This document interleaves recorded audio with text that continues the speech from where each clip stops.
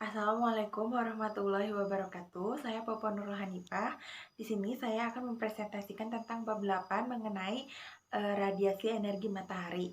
Nah, di dalam radiasi energi matahari itu saya akan menjelaskan kegiatan pertama terlebih dahulu. Adanya aktivitas dan radiasi matahari. Di dalam aktivitas dan radiasi matahari ada poin pertama yaitu aktivitas matahari. Nah, pada awalnya eh, aktivitas matahari itu berawal dari fotosfer atau bisa disebut dengan lapisan cahaya. Dianggap sebagai sebuah bola cahaya yang seragam atau sempurna. Nah, akan tetapi pengamatan menunjukkan bahwa pada fotosfer terdeteksi ada berbagai noda.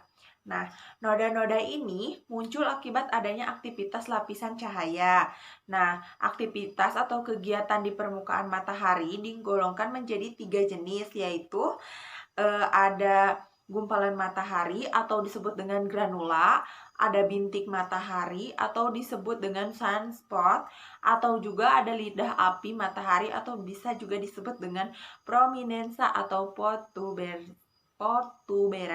Nah, selanjutnya di sini ada gumpalan matahari atau bisa juga disebut dengan granula. Nah, granula ini berawal dari fotosfer bila diamati melalui sebuah teleskop yang dilengkapi dengan filter akan tampak adanya bentuk gumpalan-gumpalan. Nah, gumpalan-gumpalan ini merupakan bintik-bintik panas atau bisa disebut hotspot yang terjadi akibat adanya perbedaan suhu yang sangat tinggi antara di daerah panas dan di daerah dingin. Nah, suhu gumpalan diperkirakan sekitar 100 kali lebih tinggi dibanding permukaan sekitarnya. Nah, setiap gumpalan dapat memiliki garis tengah yang berukuran ratusan kilometer dan dapat bertahan hanya beberapa menit saja. Nah, yang kedua itu ada bintik matahari. Bintik matahari atau noda matahari atau sering disebut juga dengan sunspot adalah daerah gelap pada fotosfer yang muncul akibat suhunya lebih rendah dari suhu di daerah sekitarnya.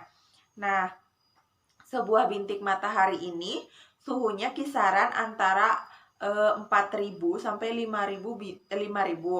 Nah, bintik matahari ini ditimbulkan oleh perubahan medan magnetik di matahari. Bintik matahari bisa tunggal atau bisa juga berkelompok. Bintik ini bergerak melintas fotosfer akibat adanya rotasi matahari pada sumbunya. Nah, dan ukuran bintik matahari ini sangat bervariasi. Bintik yang besar dapat mencapai ukuran 200.000 sampai 300.000 km. Sedangkan bintik terkecil itu berukuran 3.000 km atau bisa juga bintik terkecil itu disebut dengan pori-pori. Nah, pori-pori matahari ini dalam selang waktu hanya bertahan pada waktu di bawah 1 jam. Sedangkan bintik terbesar itu mampu bertahan hingga 250 hari. Nah, ada juga yang ketiga itu ada lidah api matahari. Nah, lidah api matahari atau sering disebut dengan prominensa muncul akibat gangguan pada permukaan matahari. Nah, prominensa terjadi pada bagian tepi kromosfer. Prominensa merupakan gas panas yang tersembur dengan dahsyat dari permukaan matahari.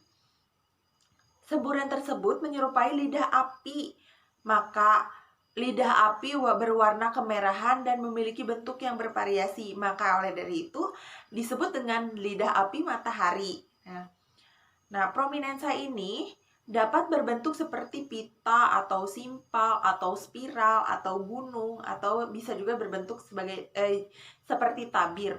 Nah, prominensa ini dapat memanjang keluar dari permukaan matahari sejauh ribuan mil dan dapat mencapai ketinggian sampai 1 juta mil, ya. Nah, selanjutnya ada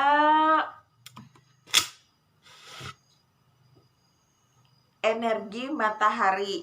Nah, energi matahari ini berasal dari energi yang diradiasikan oleh matahari ke luar angkasa, terbentuk pada bagian inti matahari.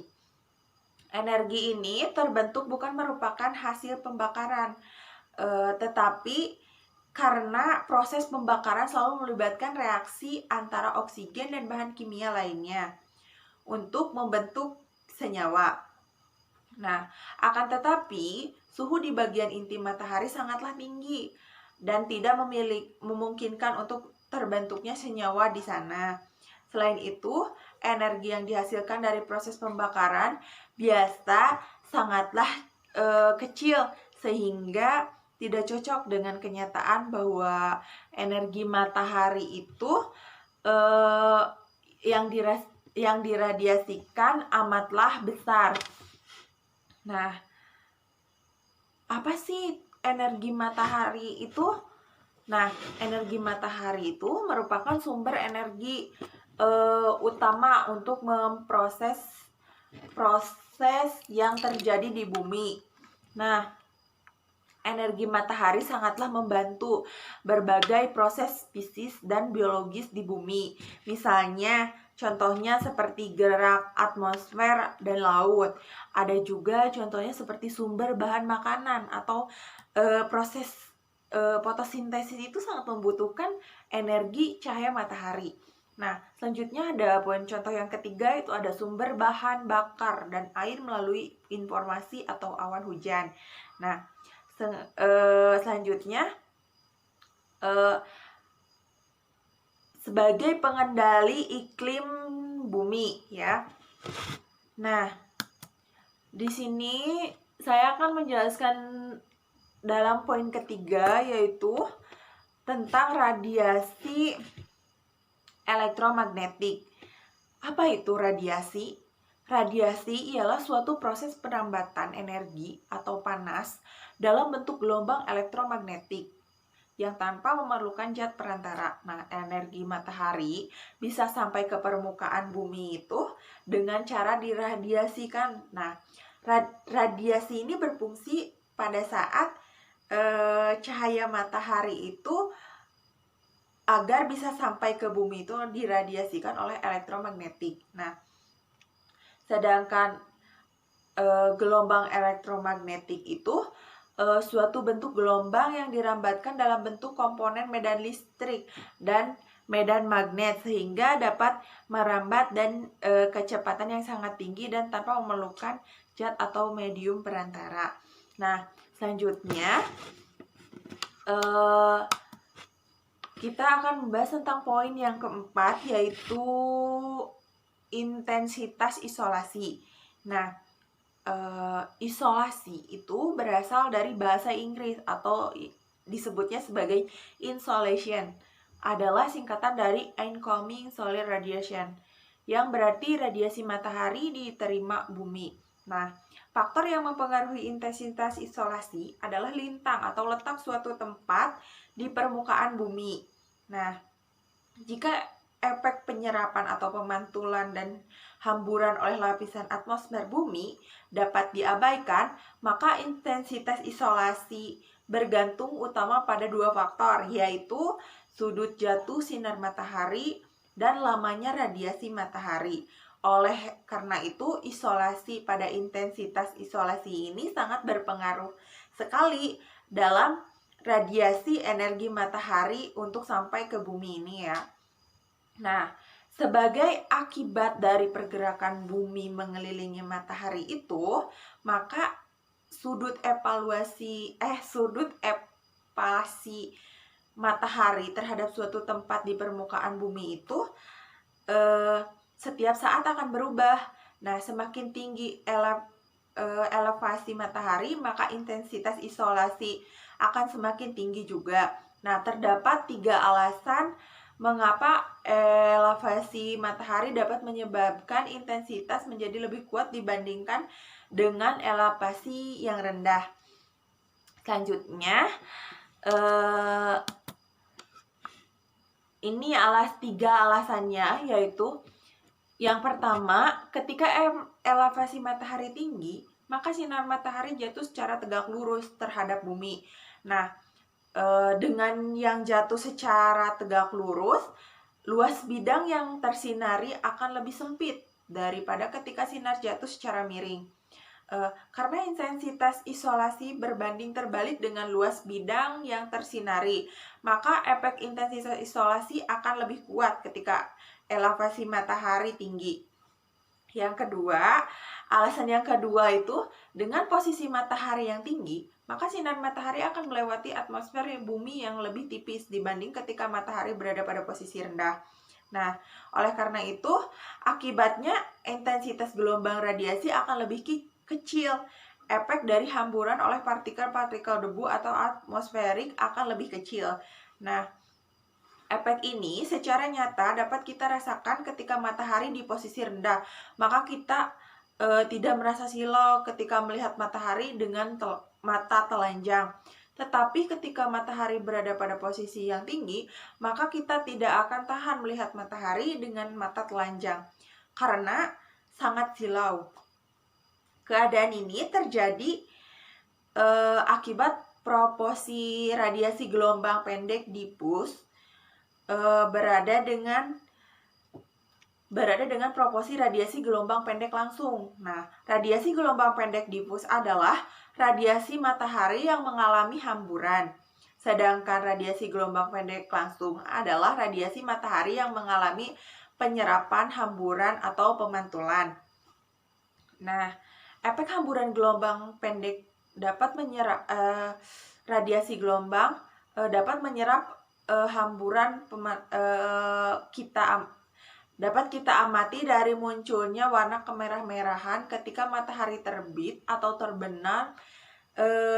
Warna merah memiliki panjang gelombang yang panjang yang tidak di ini ya.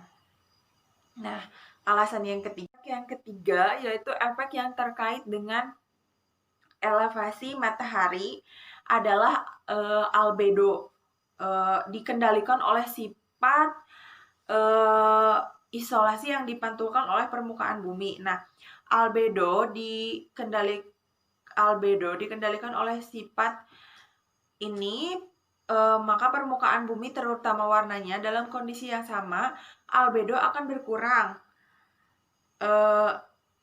Karena ketika elevasi matahari bertambah tinggi, maka efek pantulan ini akan lebih kuat terjadi pada permukaan perairan. Nah, selanjutnya kita akan menjelaskan kegiatan belajar 2. Nah, di dalam kegiatan belajar 2 itu ada karakteristik radiasi dan efek atmosfer terhadap radiasi matahari. Poin pertama yaitu ada karakteristik radiasi matahari. Nah, bagaimana sih karakteristik radiasi matahari itu? Karakteristik radiasi matahari itu semua proses pertukaran energi antar bumi dan alam itu dalam alam semesta itu terjadi dengan cara pertukaran radiasi. Mengapa demikian? Karena bumi dan atmosfer secara tetap menyerap radiasi matahari dan mengemisikan kembali radiasinya ke angkasa.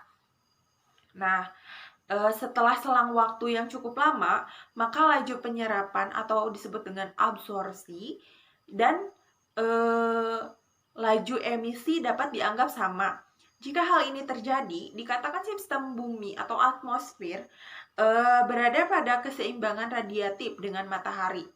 Pertukaran radiasi memainkan peranan penting dalam sejumlah reaksi kimia di atmosfer sebagai bagian atas. Nah,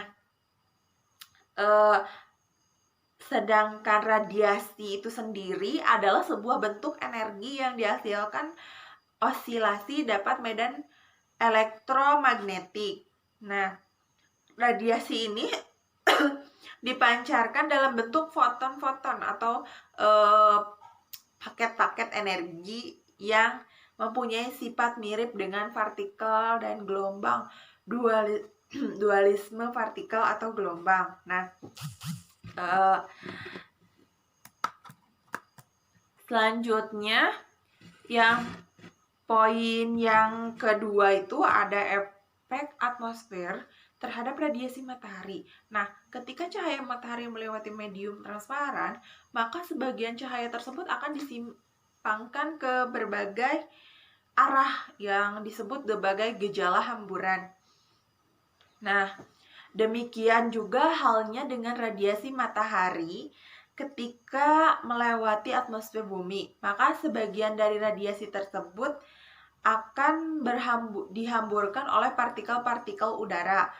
Nah, hamburan radiasi oleh atmosfer ini, bumi bergantung pada diameter aplikasi partikel penghambur D, dan panjang gelombang yang diradiasikan itu